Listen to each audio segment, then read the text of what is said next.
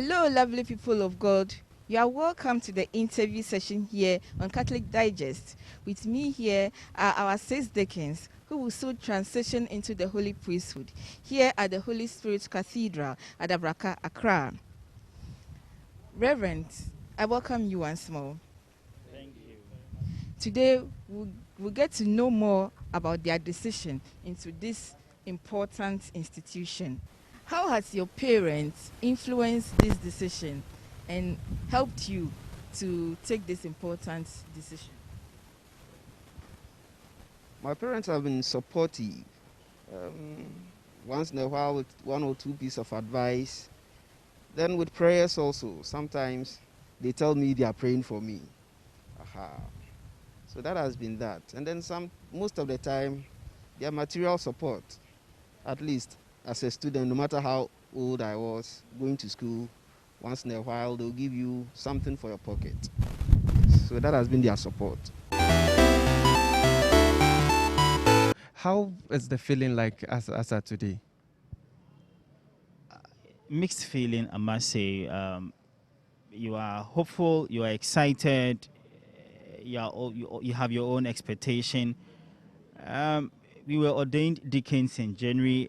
That gave us a foretaste of the priestly ordination. It was a joyous day, so we make projections into the future from that experience. So that is the positive side. The human side, I must say, not negative, is a little bit of anxiety for preparation, how your first match is going to be, how the whole program is going to be. Usually, when, as seminarians, we sit in the pews and watch our senior brothers, but this time around, you are the one, in the light. So a little bit of pressure here and there, but it's just human. It's just human. Yeah. We also understand that responding to the call of God is not a one-day decision. It's a decision that you may almost every day have to be thinking about as you even journey. Have you at any point in time thought to yourself that this is not really my thing, I would have to get out of here, but then you came back into the seminary? Yeah, at a point in my life as a seminarian, I thought of that. There is vocation crisis. You get to a point where you feel like going back, packing your things and leaving the seminary, but then you go back to the seminary or you go back to God to pray and He strengthens you. So that has been the journey. Even as at now, it is still a process of discernment. You're always discerning, asking God to strengthen and empower you. So that's it. I was inspired by our former Archbishop and now the Metropolitan Archbishop of Cape Coast. I was inspired by him to offer myself to assist the Archdiocese. In one of his homilies during the dedication of a church in Temanu Town, he encouraged the youth to consider the vocation to the priesthood. And he mentioned that the church in Accra needed priests.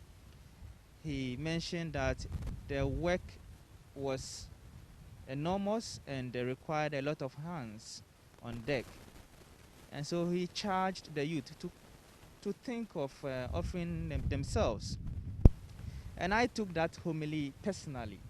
So when I went home, I really pondered over it and thought of how I could offer myself to work in the vineyard, to assist in the harvest.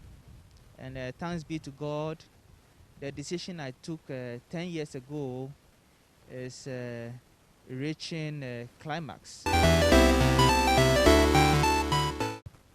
First, of course, I prayed about it. I went into prayer to discern if indeed this is the call that God is offering me. So I spoke to my parish priest, then very Reverend Father Raymond Osoitutu, and then he also directed me to the vocations director. So then the journey continued. Communicating basically with human beings and with God. In addition to that, I would add that you won't get any vocation or any call to the priesthood or even to marriage life and think that there are no doubts. Along the line, you will be doubting. But that should not keep you to say that that is not my call. You can give it a try. Keep on talking to God in prayer. Keep on talking to the people. My brother just mentioned them. And I'm sure if it is God's call, you will hear it. Thank you. I would say that anyone who is confused should also, in addition to what has been said, take time to reflect and see where the person feels he is being called to, and be bold enough to take the step to start the journey of discernment. Going through this journey, we know you had help one way or the other. What message do you have for your benefactors? The journey wouldn't have been smooth without this help. And some of these benefactors we know in person, some are parishioners, and there are several others we do not know.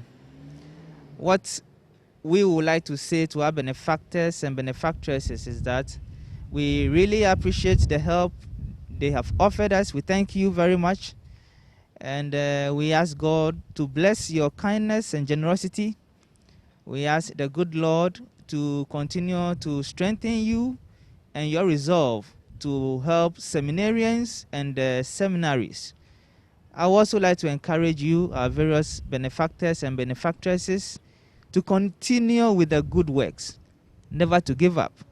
There are a lot of seminarians in the seminaries who keep calling for support.